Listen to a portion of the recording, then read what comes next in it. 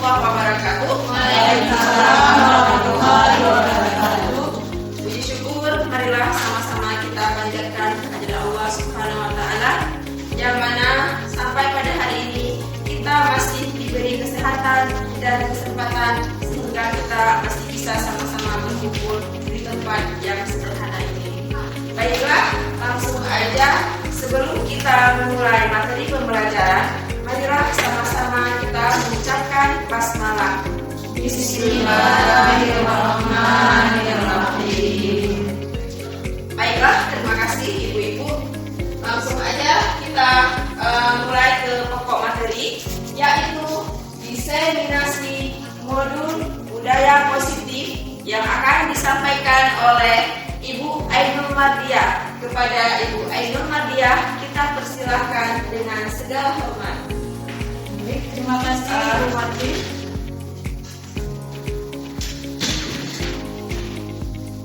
Assalamualaikum warahmatullahi wabarakatuh. Waalaikumsalam warahmatullahi wabarakatuh. Alhamdulillah, puji syukur kepada Allah, pada hari ini kita sudah bisa berkumpul di ruangan yang sangat sederhana ini. Dengan tujuan dan maksud di sini saya ingin menyampaikan diseminasi modul 1.4 budaya positif di lingkungan sekolah kita. Terima kasih banyak kepada bapak-bapak, kepada ibu-ibu yang sudah berhadir pada hari ini, yang sudah mengikuti diseminasi modul budaya positif. Nah, sebelumnya Bapak Ibu, nah kita lihat dulu untuk pertanyaan tematiknya. Nah, coba dibaca ibu-ibu. Hukuman dapat mendisiplinkan anak. Nah, apakah betul ataupun setuju disiplin itu hukuman dapat mendisiplinkan anak? Tidak ya, karena hukuman itu dia bentuknya negatif. Makanya sekarang kita perwujudannya menjadi budaya positif. Apa yang kita lakukan itu harus bersifat positif, tidak lagi dalam bentuk hukuman, sehingga siswa kita itu dia itu mindsetnya itu tidak negatif, mindsetnya itu tidak jadi takut ke sekolah, sehingga apa yang kita lakukan pada hari ini semuanya dalam bentuk positif. Kemudian pemberian hukuman dengan hal positif seperti membaca atau membersihkan halaman sekolah dapat meningkatkan disiplin anak. Setuju? Setuju. Hukuman juga ya Bapak Ibu ya? Hukumannya positif ya? Iya. Kemudian yang ketiga, memberi penghargaan dapat meningkatkan motivasi belajar murid. Setuju. Bagus. Itu persepsi kita ya. Nah, nanti kita lihat pembahasan berikutnya. Apakah dengan memberi penghargaan itu dapat meningkatkan motivasi belajar anak? Nah, kemudian ini adalah topik inti kita dalam budaya positif. Di sini ada disiplin positif dan nilai-nilai kebajikan universal. Nah, apa itu disiplin positif dan nilai-nilai kebajikan universal? Nanti kita lihat pengertiannya. Kemudian teori motivasi, hukuman dan penghargaan restitusi, keyakinan kelas, kebutuhan dasar manusia dan dunia berkualitas, restitusi 5 posisi kontrol, restitusi segitiga restitusi. Nah, Bapak Ibu, selama ini kita sering memberi yang namanya kalau di sekolah ataupun instansi itu peraturan, ya, peraturan. Nah, sekarang kita kembali ke budaya positifnya. Apa itu budaya positif?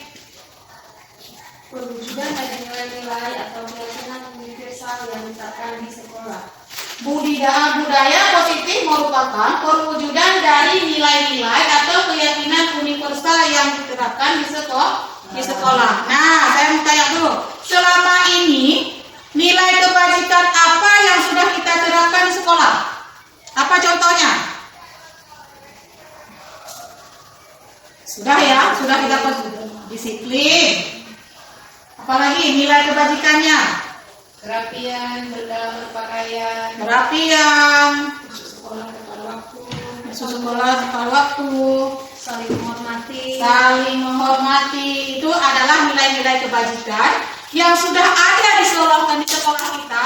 Mari kita bangkitkan dengan budaya positif.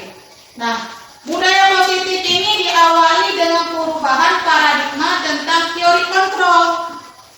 Nah, selama ini barangkali kita sebagai guru merasa kewajiban mengontrol perilaku siswa agar memiliki perilaku sesuai yang guru harapkan. Kita cuma memerintah, sedangkan siswa itu belum tentu dia ada kemauan dari diri dia sendiri. Kita cuma bisa memaksa. Nah, kemudian kita lihat perubahan paradigma. Untuk membangun budaya positif sekolah, perlu menyediakan lingkungan yang positif. Apa contoh lingkungan yang positif? Lingkungan yang bersih. Lingkungan yang bersih, bebas sampah. Selain itu apa? Adanya tanaman hijauan. Adanya penghijauan. Karena supaya muridnya itu nyaman, mampu berpikir, mampu bertindak, dan mampu menciptakan secara merdeka. Artinya bagaimanakah merdeka di sini? Apakah merdeka boleh sebebas-bebas mereka itu sendiri? Merdeka belajar. Tenang, nyaman, dan suasana udaranya sejuk. Iya, betul sekali ya. Kemudian yang dikatakan di sini merdeka, siswa itu boleh memilih sendiri bagaimana dia itu gaya belajarnya. Misalnya dia hari ini, Bu, boleh nggak kita belajar di luar karena panas sekali? Nah, bagaimana seorang guru itu menanggapinya? Boleh, karena ada pohon-pohon yang Karena rindang. kita lihat kan, kita lihat situasi yang memungkinkan. Jangan kita ikuti juga kemauan anak kalau sifatnya tidak positif. Nah, di sini kita buat ilustrasi sedikit. Nah, tadi kita berbicara tentang teori kontrol. Nah, sekarang coba Bapak yang Ibu-ibu buat, coba gumpal dulu tangannya. Nah, ini siapa yang gumpal tangan tadi? Adakah orang lain yang mengumpal tangan kita? Tidak. Nah, ketika kita membuka gumpalan ini, apakah juga orang lain yang membukanya? Tidak. Nah, kenapa tidak orang lain yang membuka? Karena kita yang kontrol. Karena apapun situasinya, kita sendiri yang bisa mengontrol. Apakah orang lain bisa mengontrol kita? Tidak. Cuman mereka itu mengontrol jarak jauh. Sedangkan yang membuka, yang mengontrol diri kita sendiri itu kita sendiri. Terima kasih Bapak Ibu, tepuk tangan.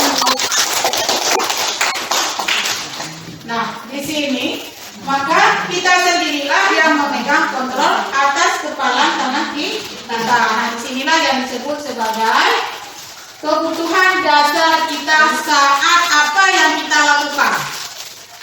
Karena sesuatu yang kita lakukan itu pasti ada tujuan. Pasti ada tujuannya, baik itu positif ataupun negatif.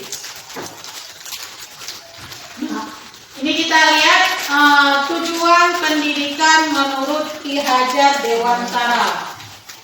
Nah, apa tujuannya? Menuntut segala kodrat yang ada pada anak-anak agar mereka dapat mencapai keselamatan dan kebahagiaan yang setinggi-tingginya, baik sebagai manusia maupun anggota masyarakat. Oleh sebab itu, pendidik harus mampu menuntut tumbuh kembang hidup murid dengan kekuatan kodrat yang ada pada anak-anak agar dapat memperbaiki lakunya, bukan dasarnya hidup dan tumbuhnya kekuatan kodrat.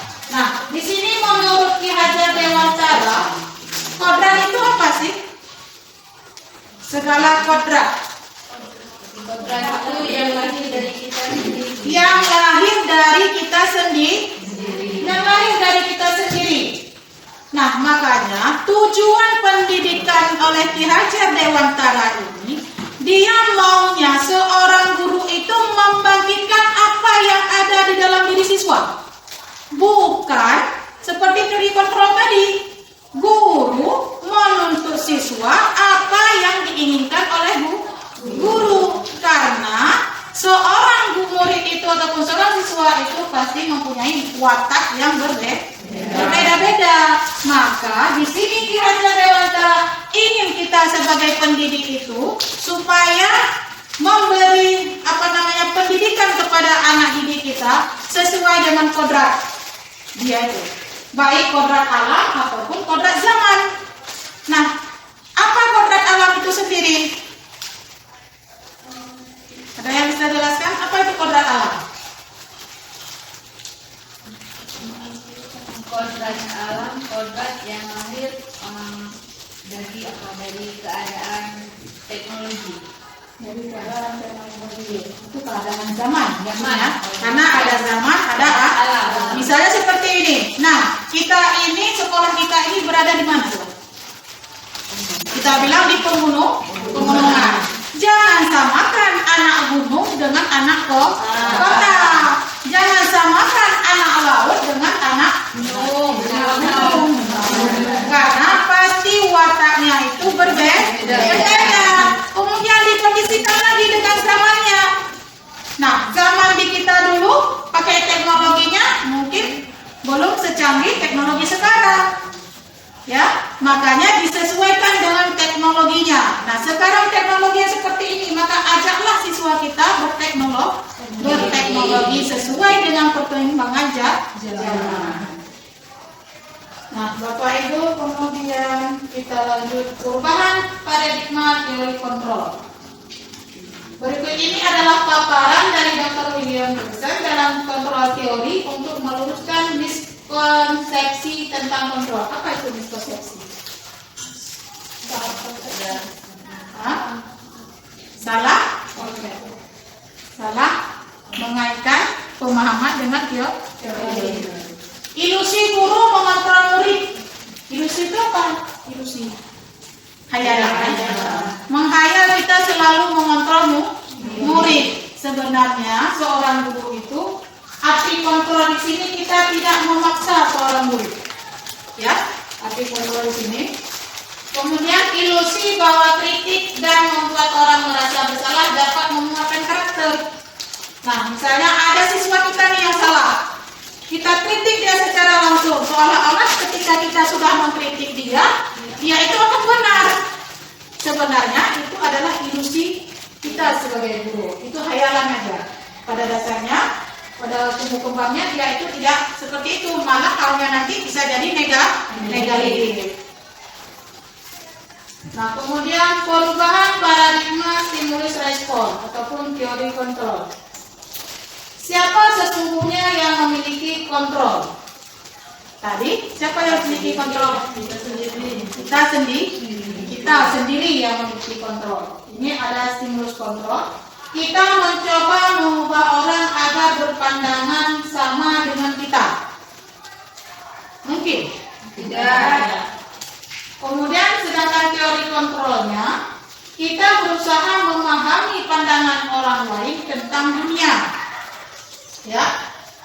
Kemudian ada perilaku buruk dilihat sebagai suatu kesalahan. Ya.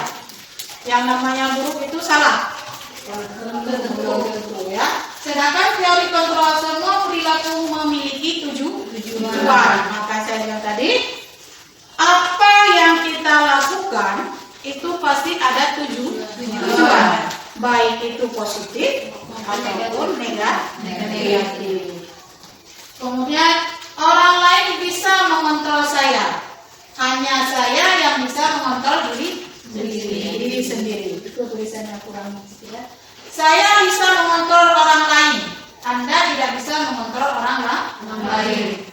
Pemaksaan ada pada saat bujukan gagal. Maksudnya apa itu? Pemaksaan dibujuk akan terjadinya. Ya, akan terjadinya permasalahan. Kemudian kolaborasi dan kesepakatan menciptakan pilihan-pilihan baru. Bisa dipahami yang ini? Bisa. Kolaborasi dan kesepakatan menciptakan pilihan-pilihan baru. Misalnya seperti ini. Hari ini ada siswa kita yang terlambat. Nah, kita berkolaborasi nih. Buat kesepakatan dulu sama anak tersebut. Nah, ketika sudah terjadinya kesepakatan, maka akan muncullah pilihan baru. Mana yang dikatakan pilihan baru? Saya seperti ini. Kenapa nak terlambat? Bantu mama, Bu. Nah, apa solusi yang kamu bisa dapatkan supaya besok kamu tidak terlambat lagi? oh besok saya lebih datang tepat waktu. Maka dapatlah dia sendiri yang mengaku. Jadi tidak ada tidak ada pemaksaan. Kemudian model berpikir menang kalah. Itu stimulusnya. Sedangkan dengan teori kontrol, model berpikir selalu menang. Nah, apa makna disiplin? Kalau selama ini kita mengaitkan disiplin itu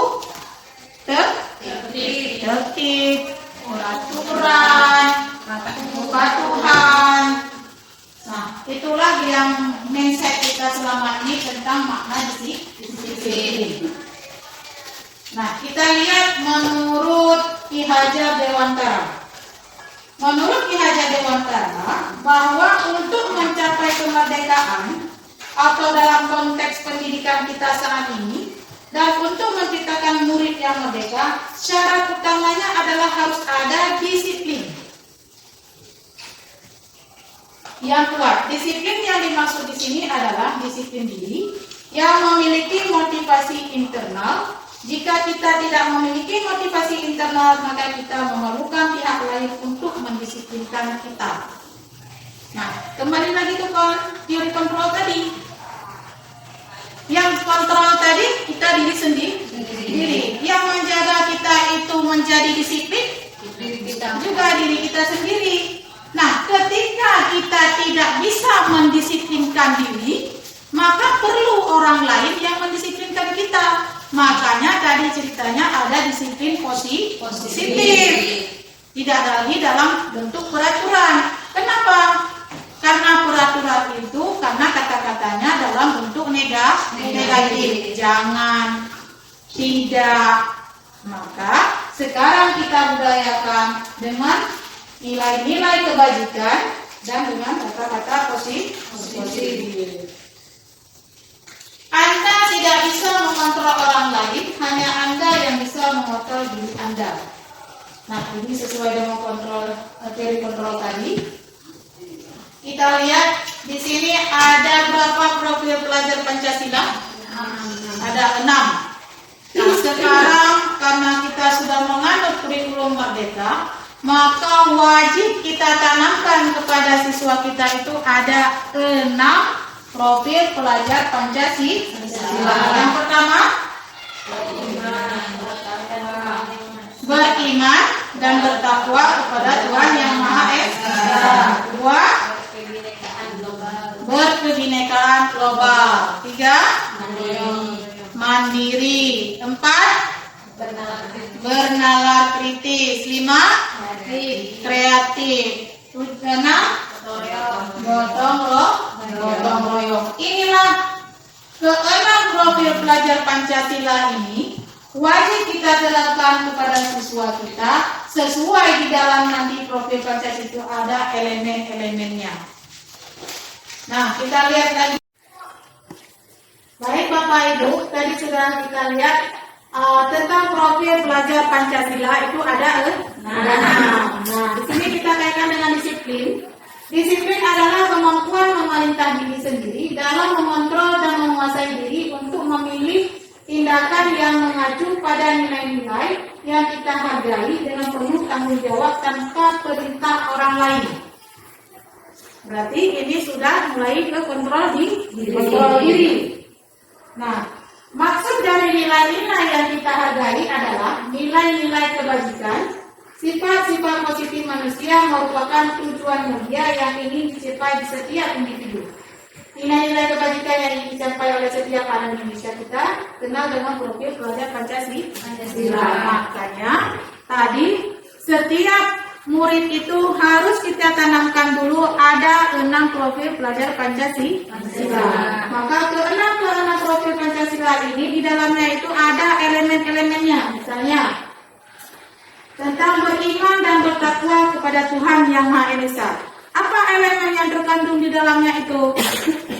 Ada sopan santun, ada karakter, dan banyak lagi tentang elemen yang ada di profil pelajar Pancasila. Nah, ini adalah teori motivasi perilaku manusia.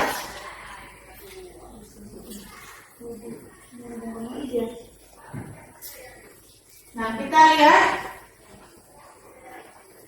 mengontrol ketidaknyamanan. Ini sini dalam arti meminta atau memujuk seseorang melakukan sesuatu untuk memenuhi suatu tujuan tertentu yang orang minta atau orang bujuk. Berarti itu maksudnya dari diri sendiri atau bukan?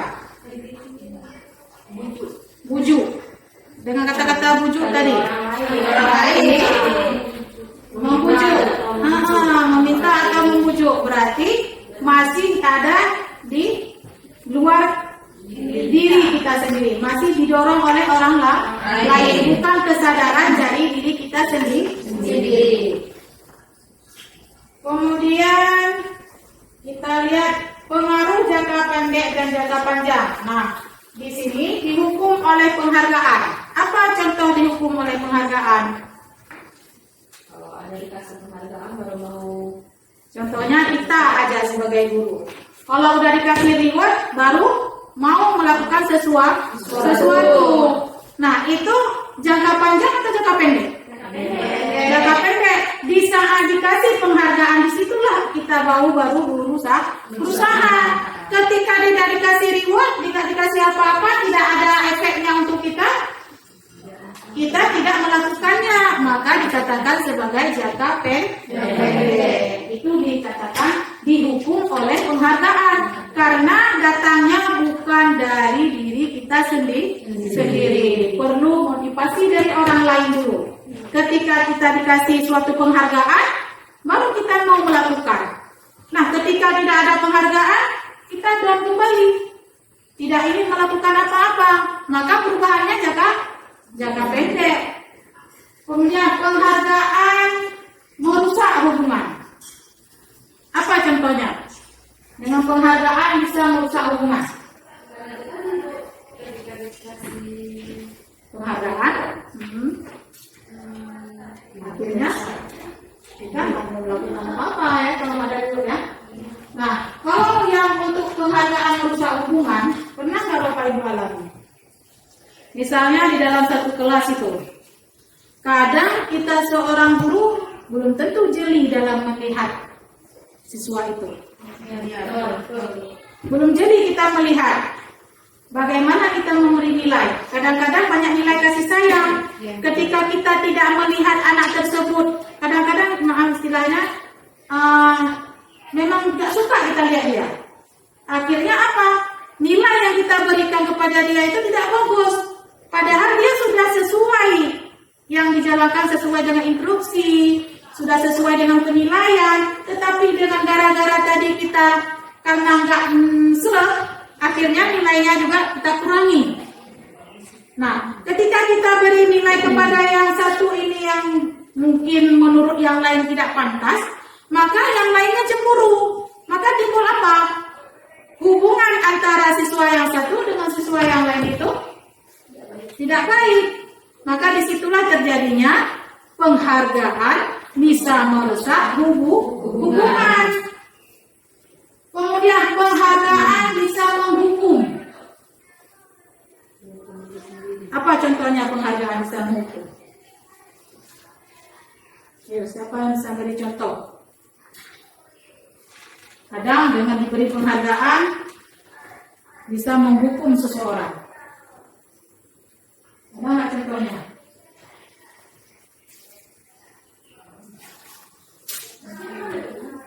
Nah, kita lihat contohnya.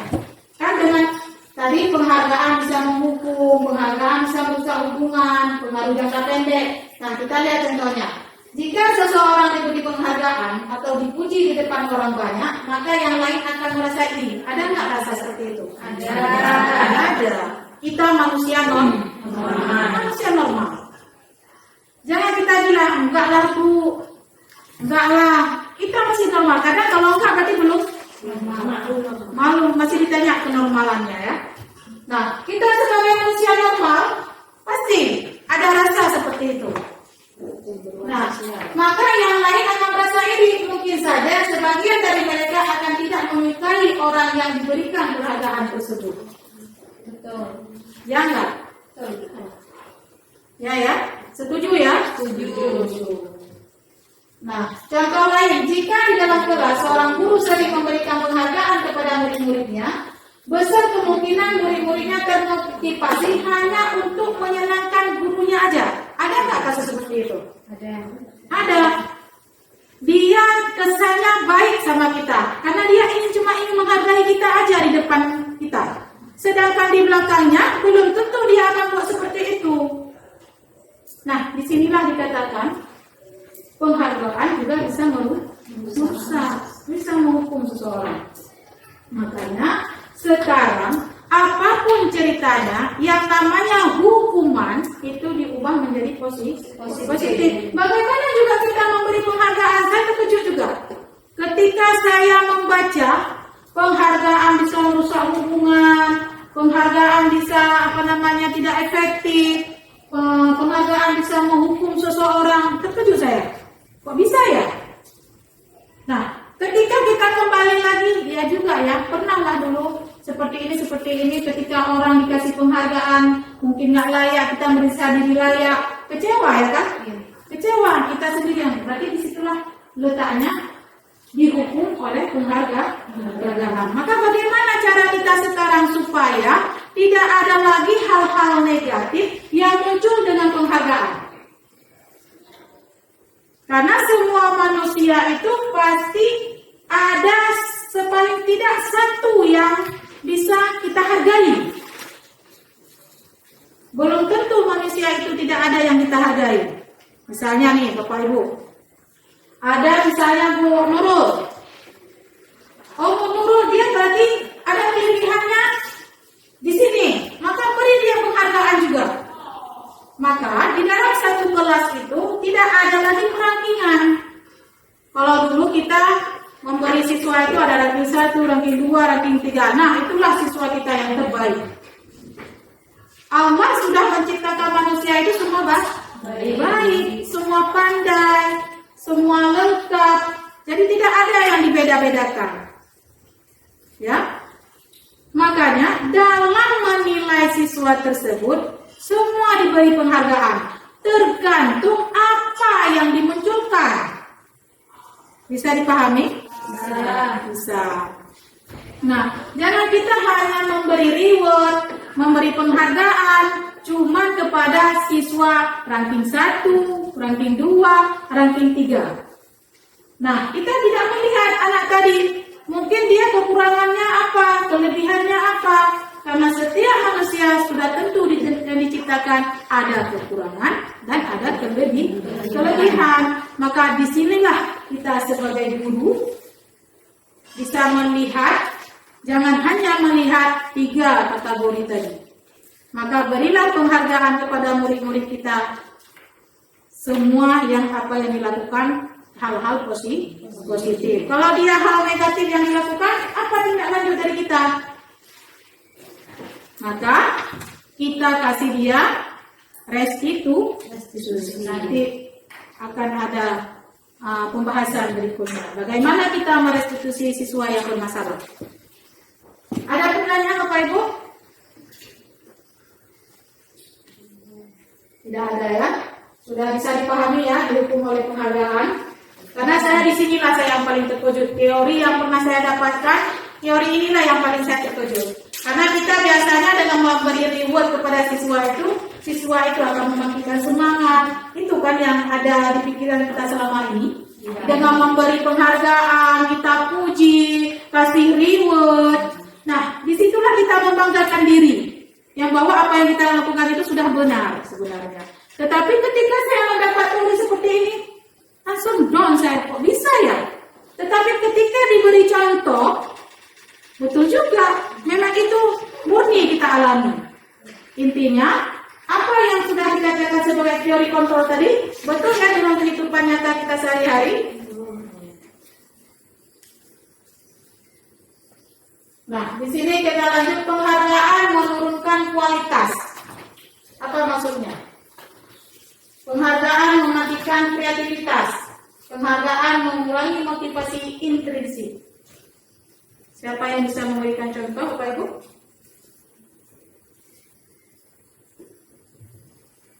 Yang penghargaan mengurangi motivasi intrinsik itu apa contohnya? Setelah mendapat penghargaan, di mana mendapat penghargaan, di situ cuma kita melakukan sesuatu hal yang positif. Setelah itu, kita nggak berlanjut. Nah, yang datang pun karena tadi penghargaan bukan dari kita sendiri, karena merasa alah dapat inilah, ikutlah, oh dapat inilah, maulah. Nah, berarti bukan datang dari diri kita sendiri. Karena mengharap imbalan tadi. Normal nggak? Normal lah, sebagai kita manusia. Normal kita sebagai manusia. Cuman kita di sini belum berperilaku budaya positifnya. Sebagai kita manusia normal, ya normal-normal aja. Ya iyalah, kalau nggak dapat apa-apa kita normal. Tetapi kita belum dapat membudayakan budaya positif karena bukan datang dari kita sendiri. Perlu dikasih reward dulu baru mau.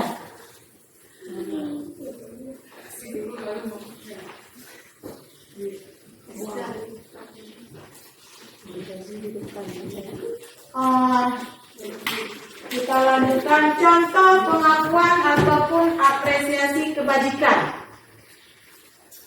Nah, saya ingin kembali dulu. Apa-apa aja nilai kebajikan yang ada di sekolah kita?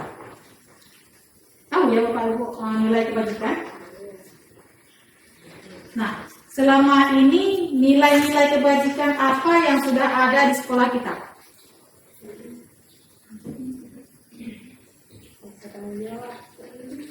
Peduli, tanggung jawab, empati, apalagi jujur. Di mana letak contoh kejujuran kalau kita katakan di sekolah kita? Pada saat dia telat, Bu. Pada saat dia telat, memberi alasannya itu jujur atau tidak? Kemudian apalagi? Ujian. Kemudian hal yang paling simpel, berarti anak kita sudah menunjukkan kejujuran. Waktu Bapak Ibu piket, anak-anak menyerahkan hati nggak? Hah? Enggak. Ada enggak? Nah, itulah yang tadi makanya ada teori. Ada motivasi intrinsik dan ada motivasi eksternal. Ya, eksternalnya. Nah, kalau dia dari dalam diri sendiri, dia udah jujur, berarti anakku simpan aja lah sama piket.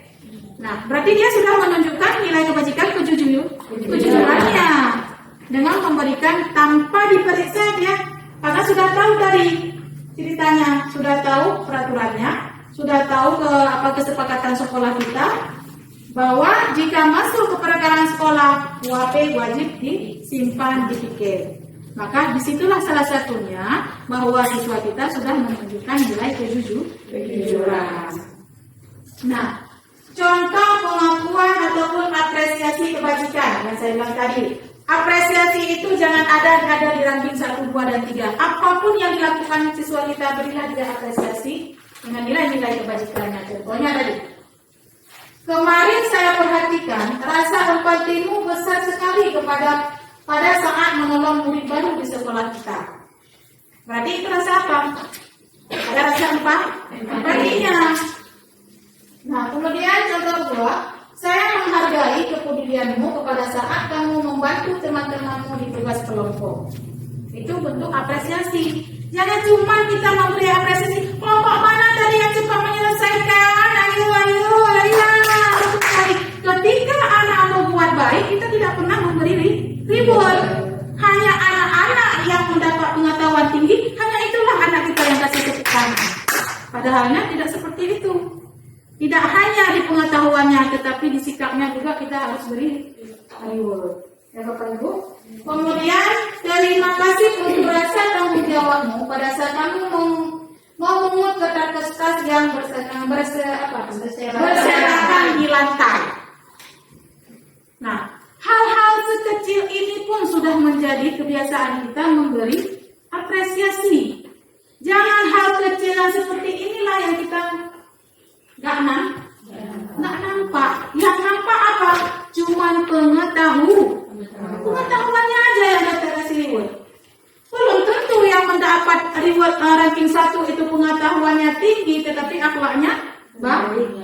bagus. Makanya sekarang tidak ada lagi perang. Semua siswa dikasih apresiasi ataupun dikasih penghargaan.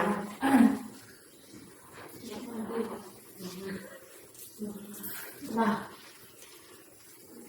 tadi karena hubungannya dengan disiplin positif, kita lanjut perbedaan hukuman dan konsekuensi. Apa yang membedakan mereka berdua? Hukuman dan konsekuensi. Siapa bisa menjelaskan? Apa yang membedakan?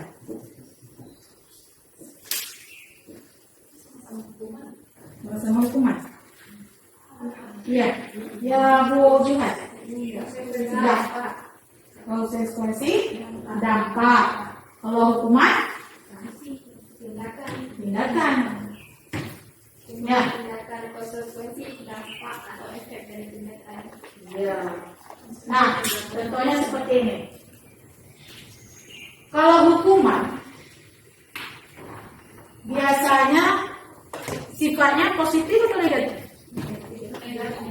Ada nggak? Kebanyakan ada juga sih hukumannya positif. Apa contohnya hukuman positif? Seperti bukti campak tadi. Nah, yang dikatakan positif itu bukan nilai yang kita kutip itu positif, tetapi dampaknya. Apakah ketika kita sudah pilih sampah sama anak tadi, anak itu menerima dengan senang hati nggak? Tidak. Kenapa? Bentuknya hukuman. Kalau konsekuensi, dia berarti sudah ada kesepakatan. Misalnya hari ini, anak-anak, hari ini kita belajar ini ya, tetapi kesepakatan kelas kita ini, tidak boleh buang sampah, tidak boleh makan saat belajar, tidak boleh mengolok-olok siswa, kawan yang lain. Nah, kan sudah buat kesepakatan nih. Kita buat kesepakatan yang sudah kita tempelkan di kelas. Nah, ketika mereka melanggar, maka itulah yang jadi konsekuensi. Karena sama-sama sudah membuat kesepakatan, bukan kesepakatan sebelah pihak. Nah, sekarang aturan sekolah itu dibuat oleh satu pihak atau dua pihak? Hah? Satu. Yang mengeluarkan peraturan itu ada nggak kita ajak siswa kita? Enggak. Yang kita dikeluarkan oleh satu pihak, maka jadilah suatu hukuman. Karena dengan peraturan, bunyi peraturan tidak boleh buang sampah sembarangan. Kata-katanya aja di awal sudah negatif. Nah, tidak boleh datang terlambat. Negatif lagi. Nah, gimana kita kembali ke positif? Kata-katanya, masuk sekolah jam 7.45. Jadi tidak ada lagi yang di mindset siswa itu apa-apa tidak boleh, apa-apa tidak boleh. Sehingga memunculkan pelanggaran. Nah, ketika tadi sudah sama-sama membuat kesepakatan, sudah sama-sama mendengar, sudah sama-sama mengiyakan, pasti yang datang konsekuensi. Karena tadi karena sudah sama-sama membuat, sama-sama menghargai, sudah sama-sama mengikuti, akhirnya dia melanggar, maka dapatlah konsekuensi. Yang dia harapkan apa? Dia mungkin menerima, marah di saat itu aja, tidak berkepanjangan. Nah, contoh misalnya, ada anak-anak nih panjang rambut, tanpa kita buat kesepakatan sama dia dulu. Datang kita hantar. Di hati apa dia? Di hatinya apa? Pasti marah, sakit hati, dia besok dendam. Kenapa? Main hantam, tidak ada kesepakatan. Nah, ketika terjadi kesepakatan, besok rambutnya dipotong ya, dikasih waktu 1 hari. Ya. Ketika dia tidak melanggar, hari ini gimana kamu kemarin ibu kasih sanksi? Kalau enggak, berarti rambutnya ibu yang potong. Mungkin dia sakit hatinya cuma sebentar. Kenapa? Karena dia cuma mengambil konsekuensi tadi. Karena sudah pernah diingat, sudah pernah dibuat kesepakatan. Nah, seperti seperti itu Bapak Ibu ya. Semoga ke depan budaya positif ini bisa kita terapkan. Kemudian perbedaan hukuman dengan konsekuensi tadi. Mencatat 100 kali di dalam buku kalimat, saya tidak akan terlambat lagi karena terlambat ke sekolah. Itu mencatat. Hukuman atau konsekuensi? Itu konsekuensi. Konsekuensi. Apa ayo? Ayo, ada. Saya tidak akan terlambat lagi karena Konsekuensi konsekuensi itu akibat dari hukuman. Namanya apa? Tidak boleh terlambat. tidak boleh kan? Ya. Tidak boleh ya? Tidak boleh ya? Ayo, tidak boleh ya? Nah, tidak boleh ya? Apa dari kata-katanya tidak boleh? Akhirnya terjadilah bentuknya hukuman. Dah. Udah ya Bapak Ibu. Semoga nanti ke depan kita bisa berubah. Nah, ayo sekarang kita speaking dulu. Mana nih Bu Sarah nih? Bu Sarah pandai dia speaking. Iya. Ayo Bu Sarah, saya lihat harus subuh nih. Ibu Alia kita speaking juga dia biar cepat lahiran.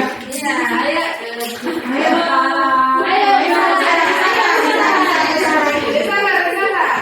Ayo kita buat speaking sebentar. Bu Sarah masih energi. Iya. Kemudian.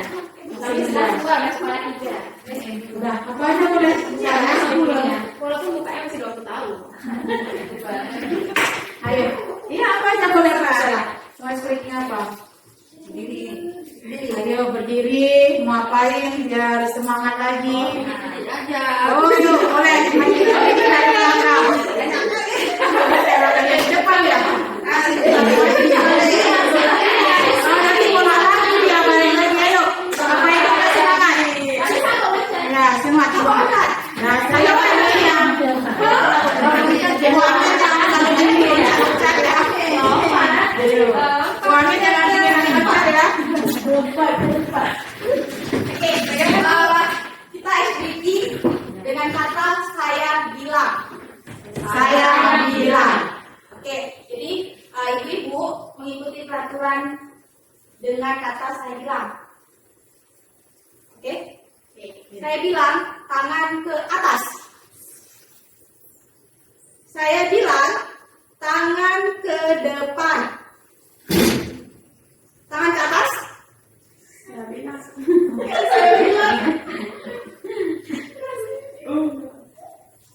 Saya bilang tangan ke atas. Tangan ke bawah. Ayo. Siapa? Boleh ini. Oke. Saya bilang tangan turun ke bawah. Oke, terima kasih kita udah ketemu. Silakan dulu kembali ibu-ibu. Saya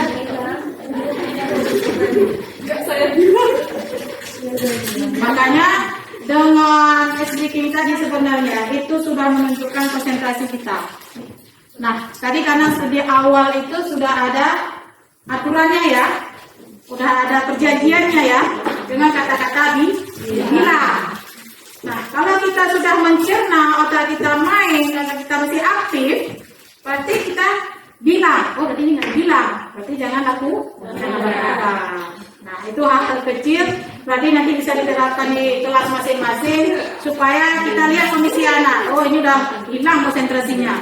Kita kembalikan konsentrasi ke awalnya ya. Baik, Bapak Ibu, masih semangat ya? Oh, semangat. Nah, kita lanjutkan perbedaan hukuman dan konsekuensi. Ya. Tadi sudah kita lihat contohnya, hukuman sesuatu yang menyakitkan harus terjadi. Betul apa enggak? Betul ya. Sedangkan konsekuensi sesuatu harus terjadi. Betul ya.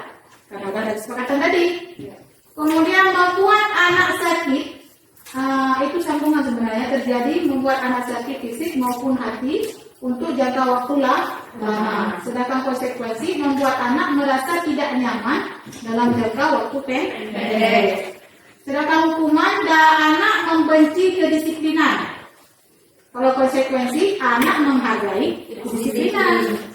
Kemudian sifatnya pemaksaan kalau hukuman. Kalau konsekuensi tanggapan, karena tadi udah kesepakatan. Berarti konsekuensi ini ya. Iya Bu, tanggap kan? Nah, kemudian mendorong anak menyakiti diri sendiri. Bisa ya? Ada ya? Ada yang seperti itu ya? Ada. Mendorong anak agar mudah menyesuaikan diri. Ya. Kemudian untuk hukuman, anak belajar dengan menyembunyikan kesalahan. Sedangkan dalam konsekuensi, konsep diri yang baik, karena udah disepakatan tadi, maka dia akan jujur. Kemudian marah, rasa bersalah, dipermalukan, merasa tak dihargai. Iya, kadang misalnya ada datang, kamu masih terlambat aja, coba lari. Merasa malu apa enggak dia? Kamu berdiri di tiang bendera, hormat bendera, 1 jam jangan pindah-pindah. Apa yang terjadi? Seperti yang di depan itu kan? Nah, kalau dalam konsekuensi kehilangan hak, dibuat tidak nyaman, diasingkan terus sementara. Cuma dia merasa setelah diberi konsekuensi tadi, habis itu hilang. Karena tadi dia kembali lagi, oh ya, aku kan salah hari ini. Kan udah bilang sama saya. Oh, kami kan udah kesepakatan. Nah, dia tidak lama akan kembali lagi. Tetapi kalau tidak ada, kita tanpa apa-apa dengan peraturan di pihak kita sendiri. Karena sekarang apa yang kita lakukan kan biasanya guru, akulah di depan, aku rajanya, aku yang bisa beri peraturan dia, aku yang bisa menghukum dia. Nah, berarti ilusi kita salah sebenarnya, Bapak Ibu ya. Karena aku guru, ya akulah. Sebenarnya kita inilah guru yang menjadi panutan, yang memberi dia itu ke arah yang positif. Nah, kebutuhan dasar manusia. Ibu manusia? Merasa ada kebutuhan? Apa kebutuhan pertama yang Bapak Ibu sukai di situ?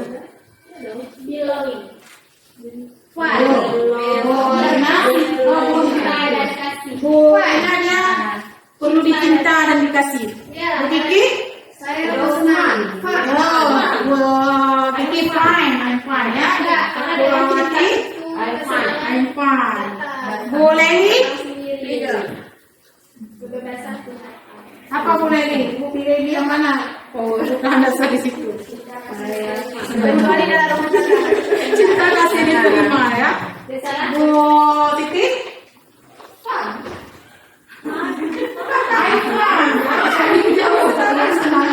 Udara nih pakai ya. Boleh cinta kasih ya. Cinta dulu. Iya, makanya setiap manusia itu mempunyai kebutuhan. Ada 5 kebutuhan dasar manusia. Ini yang kalian pilih forward tadi ya, nggak mau jadi penguasa berarti ya. Ya, dengan cintanya udah kuat ini ya.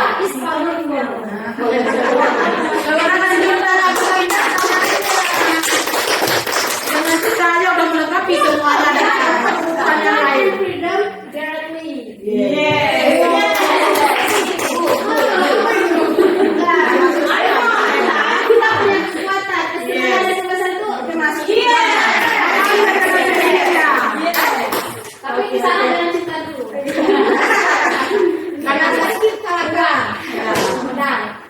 Berarti cintanya 2 ya. Modal. Cinta modal.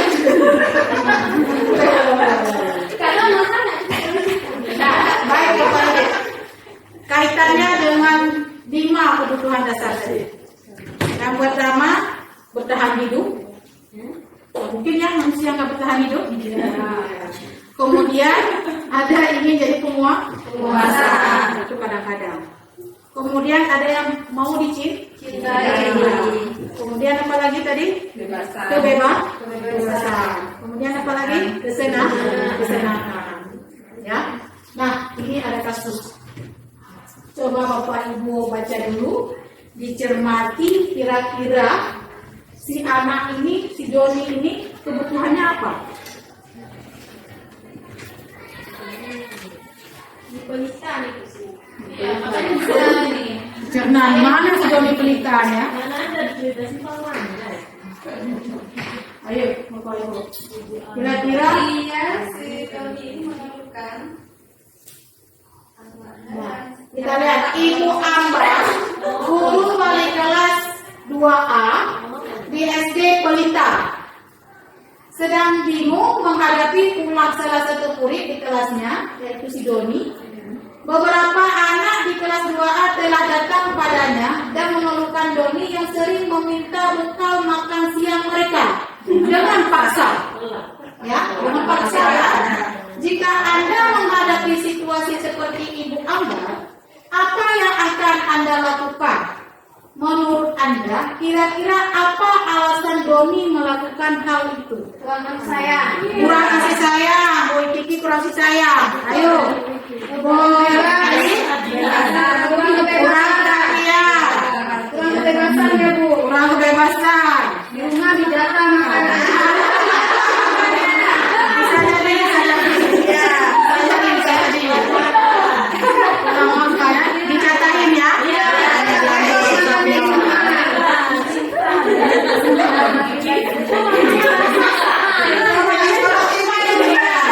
Akhirnya dia memaksa punya Nah, kita lihat jawabannya. Itu sesuai dengan apa yang kita ilustrasi tadi. Nah, apabila jawaban Doni, kalau kita tanya, kenapa kamu mengaku punya orang lapar, Bu? Nah, kebutuhan apa yang dia penuhi? Bertahan hidup. Apabila jawaban Doni, senang Bu lihat kawan. Berarti Butuh kasih sayang. butuh kasih sayang ya. Apabila jawaban Doni merasa hebat karena sudah memperlakukan kawan lain tadi merasa di ini, berarti dia jadi merasa. Jika Doni melakukan kebutuhan apa namanya? Jawaban Doni merasa bosan, maka kebutuhannya kebebasan. Nah, kemudian karena kesenangan, karena dia suka membuat orang marah gitu ya. Tapi belum ada jawaban, kita nggak tahu jawaban dari apa. Jadi kita tulis dulu apa kebutuhan. Apa alasan si Doni misalnya hari ini? Wati, kenapa hari ini kamu merampas makanan orang? Nah, berarti Wati hari ini kebutuhannya apa? Kesenangan merusak orang lain.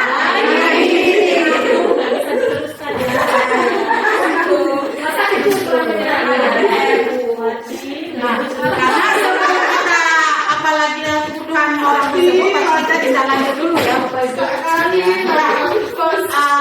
Kita lanjut dengan 5 posisi kontrol. Nah, 5 posisi kontrol. Penghukum, membuat orang merasa bersalah, teman, pemantau, manajer. Nah, kira-kira dari 5 posisi itu posisi di manakah kita? Saya di nomor 3 aja sama nomor 5. Nah, yang sering kita lakukan di sekolah sekarang ataupun di kelas, posisi di mana? Ada nomor 1. Ya. Iya. Saya di 3. 3. Saya di 1. Kadang-kadang di 1. Pasang di 3. Kalau di mana ini kita miliki, berarti kita not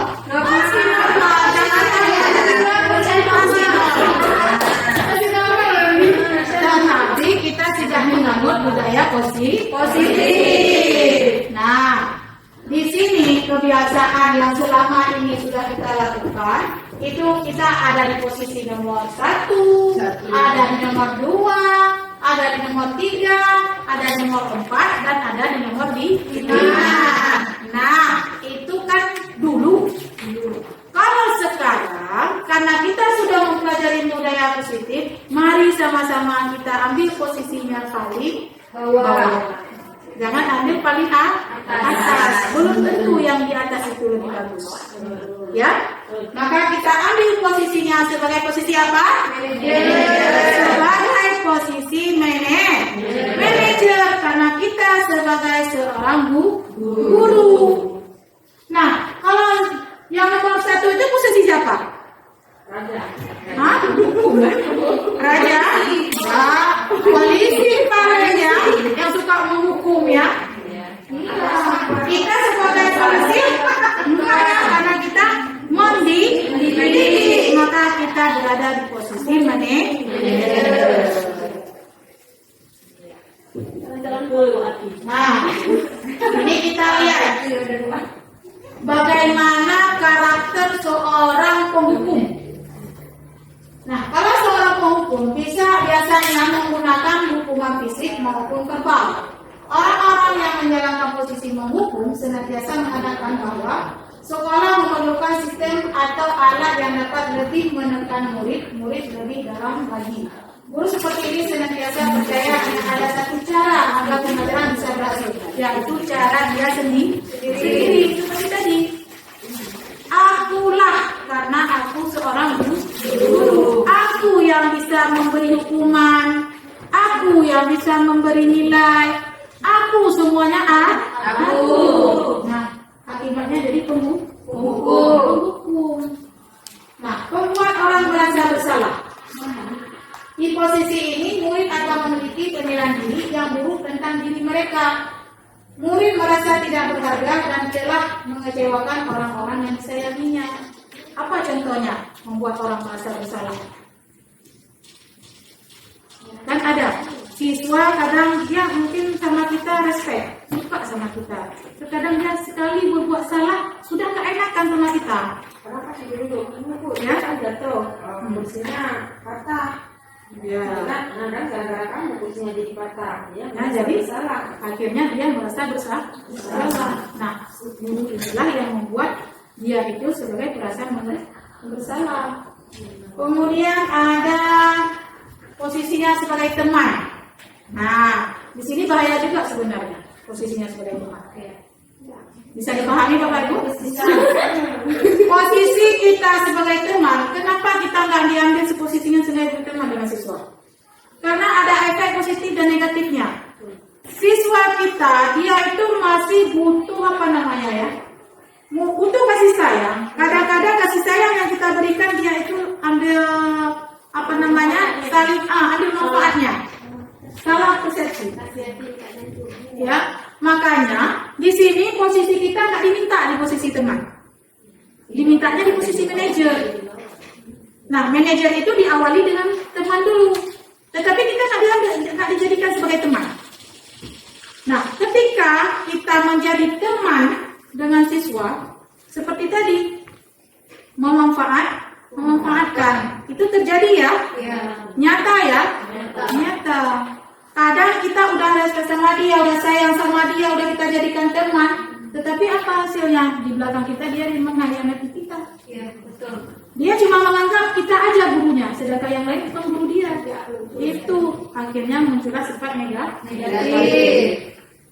Kemudian sebagai pemantau, dengan menggunakan sanksi atau konsekuensi kita dapat memisahkan hubungan pribadi kita dan murid sebagai seseorang yang menyalakan posisi pemantau. Apa contohnya pemantau?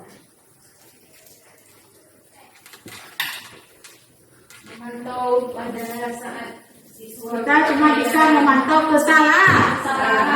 Bisa memantau kesalahan, tidak bisa memantau kebaikan dia. Makanya kita juga tidak diambil sebagai posisi pemantau. Hanya kita diminta sebagai posisi manajer. Karena dengan posisi manajer kita sudah bisa mengatur kita diri guru. Oh, ini sesuatu aku harus berapa seperti ini. Kalau teman kita udah lain lagi nanti ceritanya. Dia cuma menganggap kita teman, bukan gurunya. Sedangkan yang guru lain nggak guru lagi. Ya kan? Iya.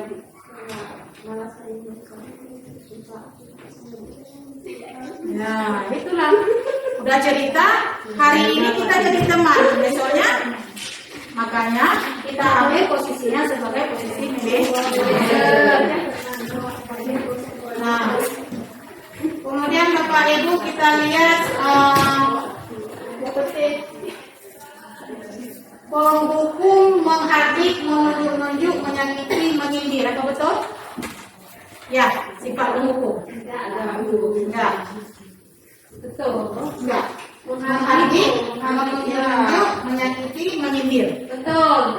Pokoknya di antara keempat itu apa betul sifat penghukum? Menghardik itu ya menghukum. Hah? Menyindir apa hukum? Menghukum juga menyakiti mental dia. Lebih parah itu lagi ya? Ya, mungkin kalau di pelek sakitnya cuma mungkin kalau di sindir sakitnya punya ada obat. Kalau di sini merah dikasih salep hijau. Kalau di sini sakitnya Kalau masalah hati berat. makanya jangan main-main dengan hati. Nah, kalau guru orang merasa bersalah, guru juga berceramah. Ya, sering kita ya berceramah mengatakan seharusnya ibu kecewa. Ya. Nah, itu contoh-contoh kita sudah melakukan merasa bersalah. Kalau teman membuatkan alasan-alasan untuk muridnya, karena kita guru, iya ibu, ngapa dia tadi di sana, padahal kita membela karena kita sebagai temannya. Akhirnya apa? Negatif. Kemudian kalau kita sebagai pemantau menghitung dan mengukur. Nah, bagaimana nih contohnya menghitung? Memantau. Apa aja udah kesalahan yang dibuatnya. Iya, karena kita sebagai pemantau, karena sifat kita selalu mengukur. Kamu selalu buat salah. Kamu aja yang terlambat. Mengukur kan? Iya. Nggak ada siswa lain yang nggak terlambat. Kamu aja. Kalau memang dia yang terlambat sampai. Iya, makanya jangan jadi pemantau dalam bentuk negatif. Makanya ada nanti ujungnya restitusi. Makanya kita sebagai guru ini budayakan dengan budaya positif. Walaupun dia berbuat salah, mari kita ajak ke positif. Nah, nanti ke sana pasti ada. Berat. Memang berat. Nah, iya, sebentar lagi kita kasih contoh ya. Sekarang coba Bapak Ibu renungkan selama ini di posisi mana kita, apa sudah efektif posisi yang selama ini kita gunakan dan apa dampak untuk siswa. Saya minta satu orang guru, siapa bisa menjawab? Coba renungkan. Selama ini posisi manakah kita? Apakah sudah efektif? Pernahkah Bapak Ibu melakukan dari kelima posisi kontrol tadi? Nah, semua pernah. Apakah sudah efektif? Belum. Nah, kalau belum, apa dampak untuk siswa kita? Tidak ada dampak, Bu. Tidak ada dampak. Masih tetap dengan pelanggarannya, Masih tetap dengan pelanggarannya, tidak disiplinnya ya. Itu salahnya di mana? Siapa yang salah? kembali lagi ke diri mereka sendiri, Bu. Kembali lagi ke diri kita sendiri ya. Karena tadi kembali ke dalam kontrol diri. Kalau kita tidak bisa mengontrol diri, maka butuh orang lain untuk mengontrol diri kita. Ya? Ya, kembali ke pasal 1 tidak masalah. Yang salah hanya TK aja. Ya kan? Kembali ke pasal 1 guru tidak punya salah. Yang salah kan kita. Ya, Bang. Ya. Nah, ya. Tapi memang salah. Iya, memang salah. Itu prinsip kita yang salah. Udah, baik Bapak Ibu, kita lanjut keyakinan kelas. Nah, ini hampir-hampir udah masuk positif. Tadi masih di ambang-ambang ya. Nah, keyakinan kelas. Mengapa tidak peraturan saja? Mengapa harus keyakinan kelas? Ayo. Kenapa tidak peraturan aja? Kenapa mesti keyakinan? Karena kalau peraturan pasti ada peraturan, ada pelanggaran Bu. Ya, kalau keyakinan Masing-masing keyakinan sendiri. udah yakin dengan diri sendiri Bu, Suka ada keyakinan. Iya, betul sekali. Karena kalau keyakinan berasal dari diri sendiri. Walaupun nanti ada pelanggaran, maka ada konsekuensi. Tetapi kalau sudah menuju peraturan, berarti hukuman. Nah, mengapa kita memilih peraturan harus menggunakan helm bila mengendarai kendaraan roda 2? Kenapa kita patuhi peraturan itu? Apa? Ya, untuk diri kita sendiri. Dalam hal apa? Dalam hal keselamatan. Dalam hal keselamatan. Berarti kita yakin ya selamat ya? Maka kita lakukan. Ya. Makanya tadi harus dengan keyakinan. Karena sudah yakin dengan pakai helm aku nggak dirazia. Dengan pakai helm kalau aku jatuh nanti aku nggak bentur kepala. Yakin ya? Yakin. Maka kita lakukan. Karena udah keyakinan. Mengapa kita memiliki peraturan 3M, menggunakan masker, mencuci tangan, dan menjaga jarak 1,5 meter itu waktu COVID kemarin? Itu karena kita sudah yakin. Walaupun kita bilang, alah mana ada tuh. Tapi kita lakukan. Karena kita merasa diri yakin, ya aku takutlah nanti ketularan virus corona. Makanya kita pakai. Kalau dibuat peraturan, mungkin belum tentu. Karena kita belum yakin ya. Mengapa kita memilih peraturan harus datang tepat waktu pada saat mengikuti pelatihan? Ayo. Kenapa kita memilih peraturan harus datang tepat waktu pada saat mengikuti pelatihan? Karena absennya full. Karena absennya full. Takut Dipotong.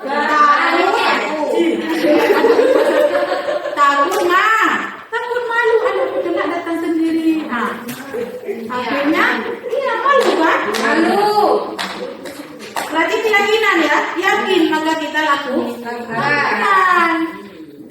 Nah, keyakinan kelas itu nilai-nilai keselamatan atau kesehatan inilah yang disebut sebagai bentuk keyakinan. Dengan tadi kita sudah yakin maka kita lakukan. Maka sekarang tidak lagi peraturan.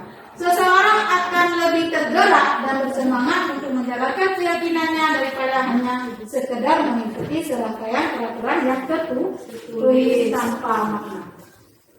Nah, pembentukan keyakinan sekolah ataupun kelas. Nah, di sini Bapak Ibu, saya sangat mengharap kepada wali kelas.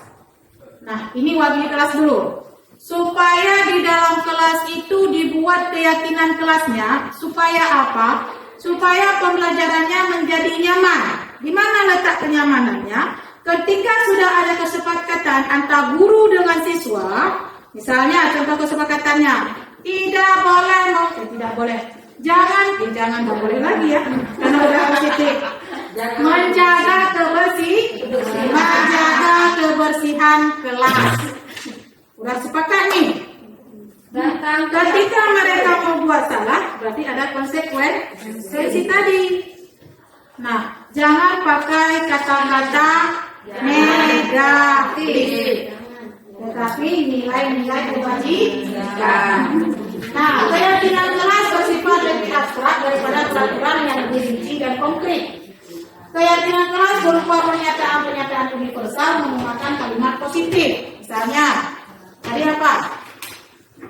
Menjaga kebersihan, menghormati sesama kawan,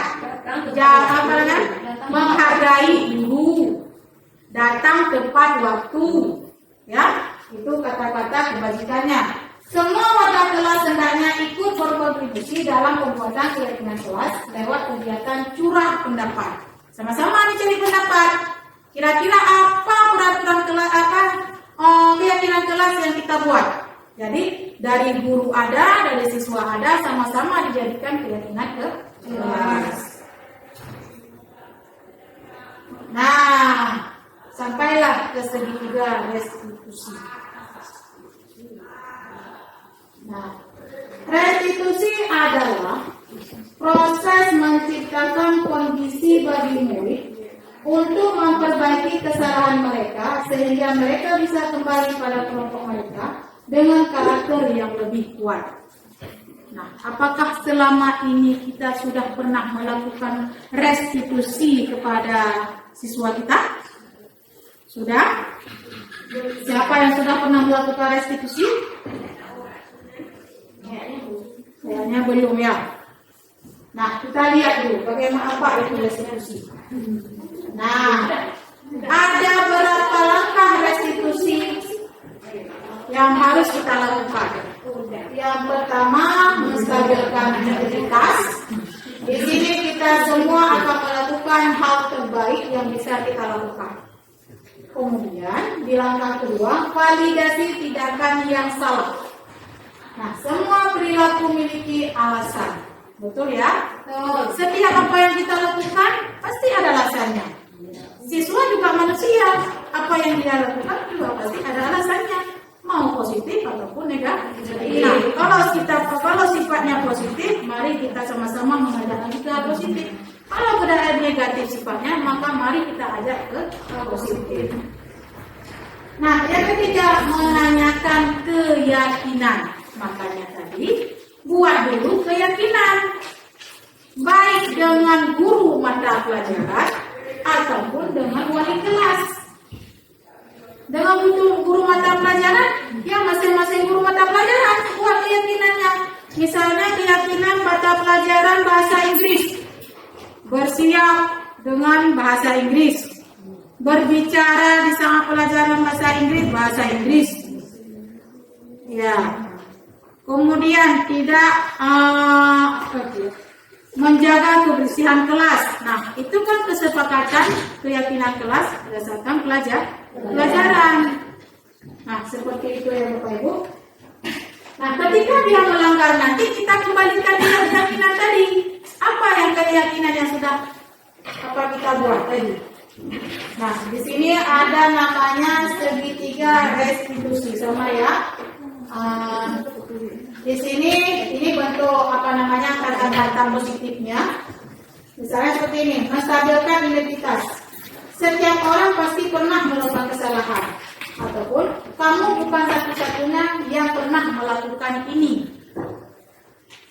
Untuk menanyakan validasi tindakan yang salah, kata-kata yang bisa kita kasih kamu tentu punya alasan mengapa melakukan itu. Adakah cara yang lebih efektif untuk mendapatkan apa yang kamu butuhkan? Ya, kita mencari solusi. Kemudian kita menanyakan keyakinan. Keyakinan kelas apa yang telah kita sepakati? Makanya sebelum melakukan restitusi ini harus ada keyakinan ke kelas ataupun keyakinan sekolah dan keyakinan guru mata pelajaran. Kemudian kamu ingin menjadi orang yang seperti apa? Ya, itu kata-kata positif yang kita gunakan. Itu sebagai contoh ya Bapak Ibu. Nah, bagaimana selama ini Bapak Ibu menyelesaikan permasalahan siswa Bapak Ibu di sekolah? Apakah selama ini Bapak Ibu sudah menggunakan segitiga restitusi dengan lihat yang 3 poin tadi? Sudah. Apakah sudah lengkap dari tindakan yang 3 tadi? Hampir. Menstabilkan identitas, validasi tindakan yang salah, menanyakan keyakinan. Tetapi kalau saya pantau, yang saya lihat, yang sudah sering kita lakukan di posisi nomor 1 dan nomor 2. Untuk nomor 3 belum ada, jarang. Contohnya seperti ini, kalau misalnya sampai nomor 3. Ina, kamu hari ini terlambat ya? Nah, kamu tahu sekolah kita jam masuknya jam berapa? Nah, kenapa Ina datang terlambat? Ya, berarti mogok Honda itu pernah orang lakukan juga. Semua orang pernah mogok Honda. Ya, nah besok. Berarti apa solusi Ina hari ini supaya besok nggak datang terlambat lagi? Iya, betul sekali. Supaya Ina besok tidak terlambat. Kita beri aplaus. Baru ya. Nah, ini adalah contoh silakan Bapak Ibu disimak dulu. Ini contoh saat saya melakukan restitusi kemarin.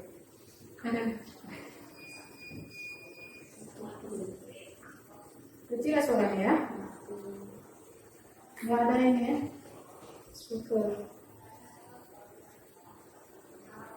Ada Bu. Dengar kemarin kami kok. Ada di sini. Berapa kali seperti ini? Ya, nggak dengar. Nah, inilah cara-cara kita melakukan. Jika siswa kita melakukan kesalahan, kita jangan langsung menghardik. Jangan langsung kita downkan dia. Beri dia restitusi. Ajak dia diskusi. Karena kita tidak tahu. Kadang beban apa yang dia bawa dari rumah. Kadang masalah apa yang dia dapatkan di jalan tadi. Kita jangan menganggap hanya kita, hanya aku yang bisa melakukan. Ya, makanya ajak dia diskusi. Kadang-kadang di dalam kelas mereka satu sama kawan yang lain suka digangguinnya. Yang satu dan nangis. Nah, makanya jangan kita langsung merhadik. Cik saja. Kamu aja yang buat kacau. Ajak dia diskusi, ajak dia berbicara. Apa masalah dari dia. Maka sama-sama kita mencari solusi sehingga anak itu tidak down. Dia lebih berarti dia lebih senang. Berarti aku dipeduli, dilihat, dihargai, dihormati, disayangi. Dengan adanya restitusi, insya Allah ke depan dia pasti ingat. Karena perlakuannya bagus, tidak dimarah-marah. Jangan langsung siswa buat salah, kamu lagi. Ini hal-hal yang pernah kita lakukan. Maka setelah kita mempelajari ini, saya harap kita sudah tahu yang mana bentuknya hukuman, yang mana bentuknya penghargaan, seperti apa yang kita harus beri penghargaan kepada siswa kita. Dengan adanya pembelajaran hari ini, supaya ke depan kita jadi baik. Semoga ke depan sekolah kita sudah bisa kita terapkan budaya positif. Amin. Sekian Bapak Ibu, terima kasih. Salam guru hebat semuanya pada hari ini. Terima kasih sudah berpartisipasi pada karya saya hari ini untuk aksi nyata saya modul 1.4 budaya positif. Terima kasih banyak Ibu-ibu. Assalamualaikum warahmatullahi wabarakatuh.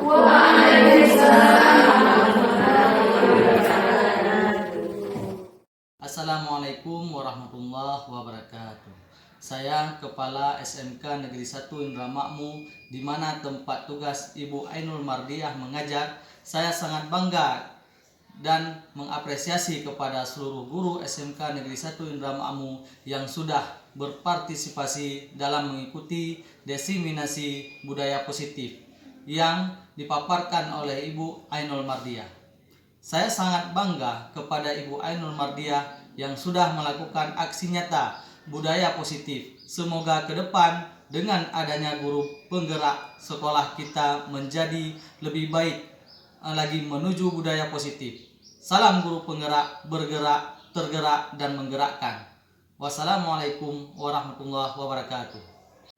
Assalamualaikum warahmatullahi wabarakatuh. Perkenalkan, saya Lamkaru Dewina, guru dari SMK Negeri 1 Indra Makmur. Hari ini setelah saya mengikuti diseminasi modul tentang budaya positif yang dipaparkan oleh Ibu Ainul Mardiah SPD, banyak hal yang saya pelajari tentang modul budaya positif ini. Yang pertama, saya mengerti dan sudah saya pahami sekarang bahwa penghargaan itu dapat menghukum siswa. Dan ketika siswa punya masalah, seharusnya kita tidak boleh menindaklanjuti dengan kata-kata negatif. Sebaiknya kita melakukan restitusi untuk menggali masalah yang dihadapi siswa. Sekian dari saya, terima kasih. Assalamualaikum warahmatullahi wabarakatuh. Beri salam. Assalamualaikum warahmatullahi wabarakatuh. Waalaikumsalam warahmatullahi wabarakatuh. Duduk kembali.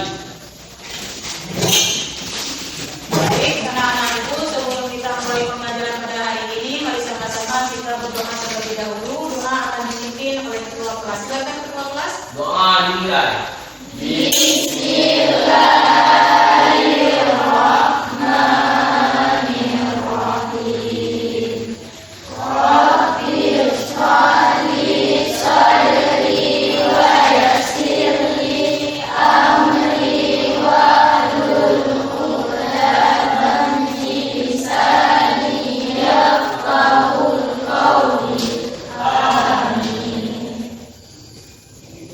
Semoga dengan doa tadi pembelajaran kita hari ini bermanfaat ya anak-anak ibu. Nah, sebelum pembelajaran kita pada hari ini, karena hari ini adalah hari pertama kita dalam kelas, baik anak-anak ibu, kita awali dulu dengan, apakah sudah siap? Siap. Nah, supaya kalian itu lebih semangat lagi, kita buat ya dulu, duduk siap, ya? Duduk siap. Siap. SMK? Bisa. Ya, terima kasih banyak untuk kita semua. Baik anak-anak ibu, sebelum kita mulai pembelajaran pada hari ini, nah hari ini ibu ingin melakukan dulu tentang keyakinan kelas kita. Nah, apa itu keyakinan kelas? Ada yang tahu nggak? Ada? Apa itu keyakinan? Apa? Ya, kepercayaan sesuatu yang kita percayakan dan sesuatu yang akan kita lakukan. Nah, baik anak-anak ibu. Nah, di sini ada ibu buat 3 poin, ada kelas impian. Nah, ibu mau tanya dulu, ini adalah sudah kelas kalian ya, kelas 1 TKJ. Pastinya kalian mempunyai impian bagaimana kelas kalian itu menjadi lebih baik. Pasti ada. Misalnya kita seperti membuat rumah. Kepinginlah rumah kita itu yang besar, yang bagus, yang rapi, yang indah, seperti itu ya kan? Nah, sekarang kita akan melakukan apa itu kelas impian. Nah, sebelum itu ibu akan membagikan kertas ini, kemudian nanti kalian isi apa harapan ataupun impian kelas yang kalian inginkan. Ya, bisa? Bisa dimengerti? Ada pertanyaan? Tidak ada ya. Langsung ibu bagi, nanti ditulis di kertas notes ini.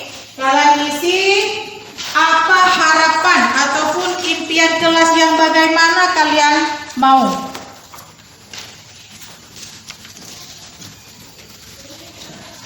Nah, silakan diisi ya.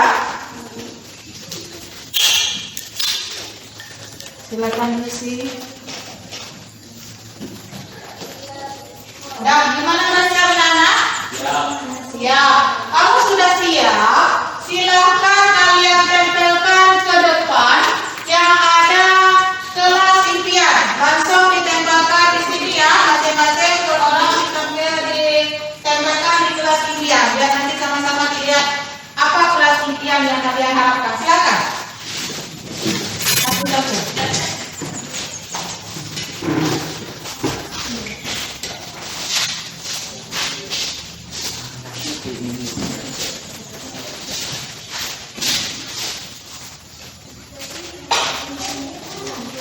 Nah, silakan lanjut yang lain.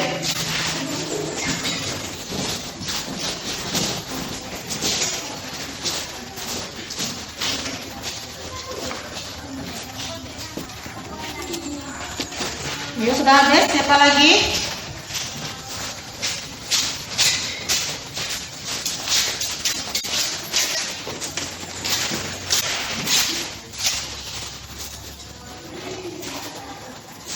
Masih ada?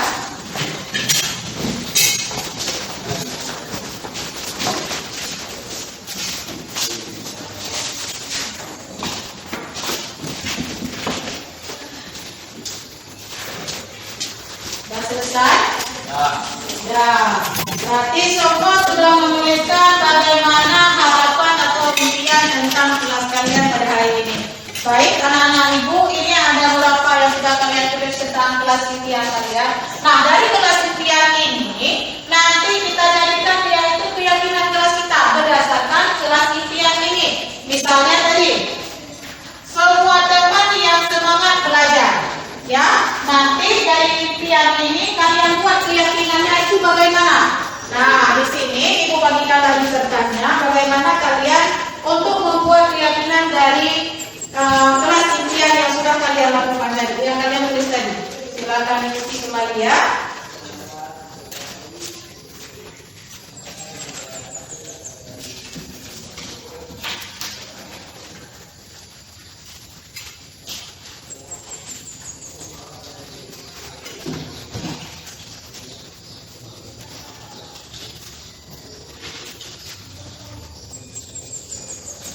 Oke, silakan ditulis.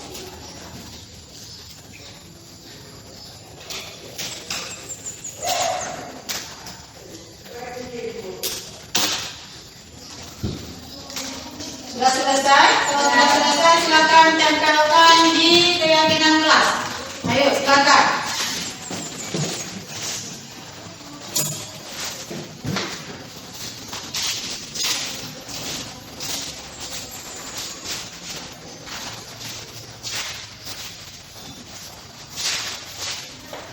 Kalau sudah selesai, silakan ditempelkan di keyakinan kelas. Ayo, silakan.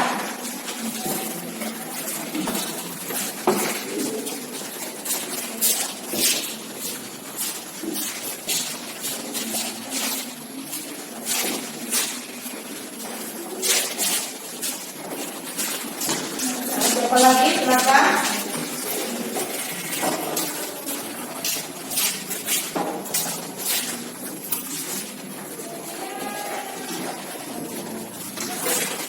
Lanjut.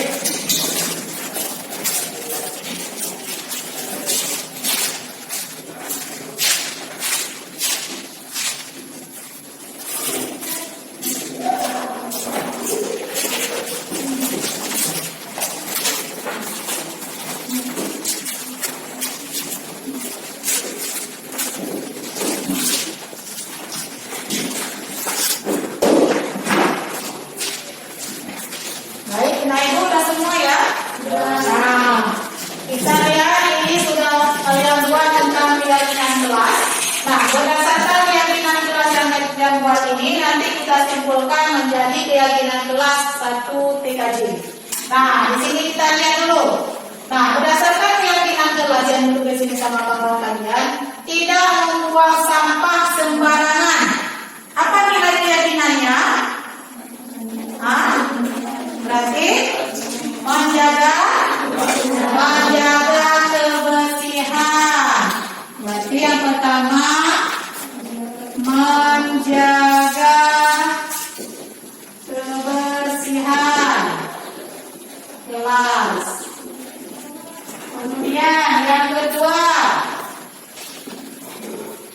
saling bekerja sama. Apa nilai kebajikannya? Gotong royong. Gotong royong kelas. Kemudian apa lagi? Hormat terhadap guru. Ayo, bagaimana kita harus berhormat pada guru? Memberi salam. Apa lagi?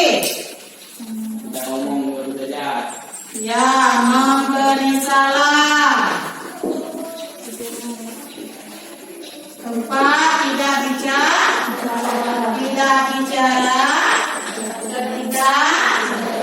ketika belajar. Kemudian masuk kelas tepat waktu. Disiplin.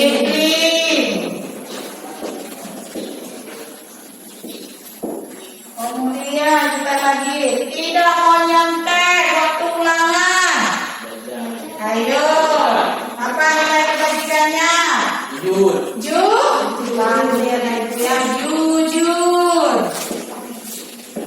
Kemudian kita lihat lagi, tidak membuli teman. Ayo, apa nilai kebajikannya? Tidak membuli teman.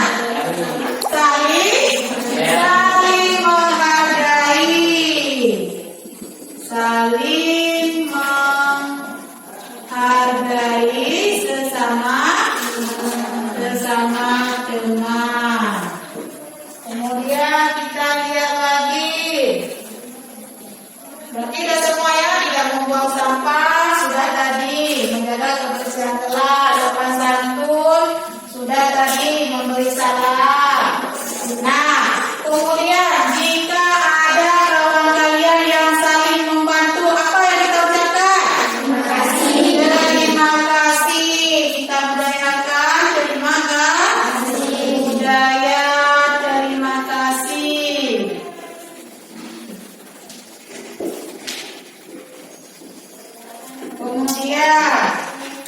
Apalagi tadi bekerja sama sudah gotong royong, tidak membuang sampah, sudah menjaga kebersihan kelas, saling bekerja sama apa?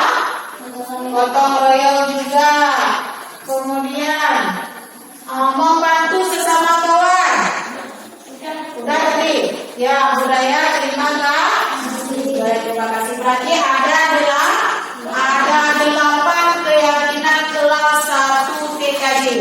Nah, supaya kalian itu lebih ingat tentang keyakinan kelas ini, mari sama-sama kita membaca. Yang pertama apa keyakinannya? Nah, nomor 2, nomor 3, nomor 4, nomor 5, nomor 6, nomor 7, nomor 8. Ya, beliau plus untuk keyakinan kelas 1 TKJ. Baik anak-anak ibu, inilah keyakinan kelas kalian yang kalian ketahui supaya dalam proses pembelajaran itu lebih nyaman. Nah, setelah kita berkeyakinan kelas, mari sama-sama kita tanda tangani supaya keyakinan kelas yang kita buat ini menjadi kuat. Ya, yang pertama ibu dulu ya yang tanda tangannya. Nah, silakan lagi siapa yang mau maju, silakan. Harus semua orang yang lain ya, tidak apa-apa ya. Cepat-cepat.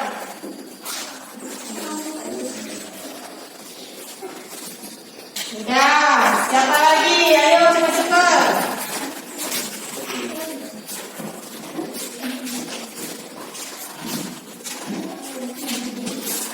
Jangan lupa yang lain.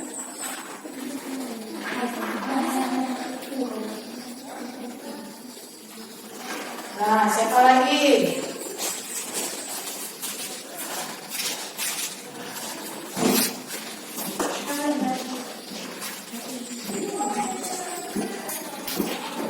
Dan yang lain silakan maju terus, langsung mengantri di belakang biar cepat.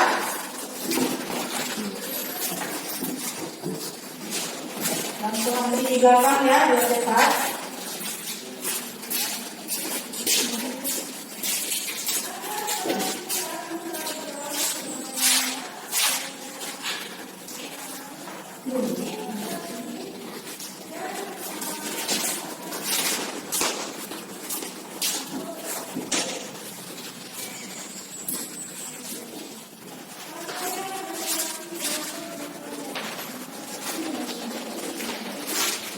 Dan yang lain silakan langsung di belakang biar cepat.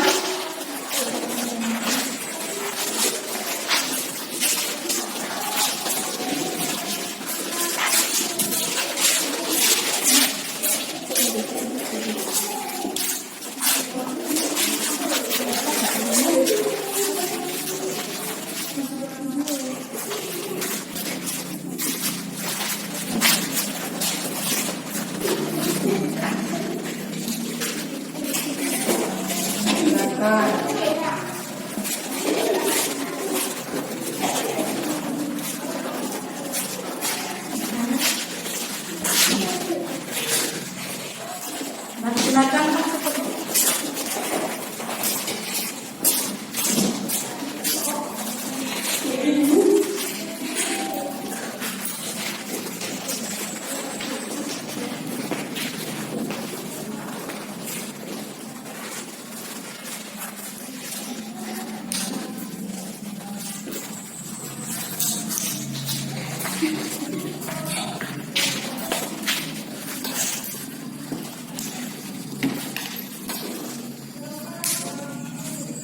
Ya, terima kasih anak-anak ibu. Pada hari ini kita sudah melakukan keyakinan kelas 1 TKJ.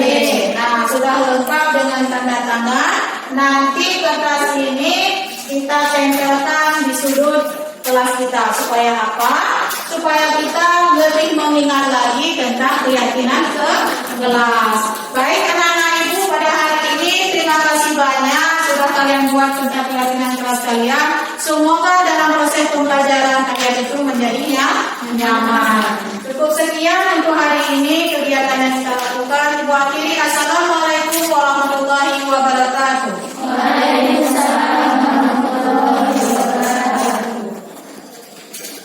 Assalamualaikum warahmatullahi wabarakatuh. Perkenalkan, nama saya Nur Iman, kelas 10 TKJ. Setelah saya dan teman-teman saya membuat keyakinan kelas, saya dan teman-teman merasa sangat senang karena saya dan teman-teman dapat mengetahui nilai kebajikan dan keyakinan kelas yang sudah kami sepakati dan nantinya akan kami terapkan di kelas sehingga pembelajaran menjadi nyaman dan menyenangkan. Terima kasih Ibu yang sudah membimbing kami.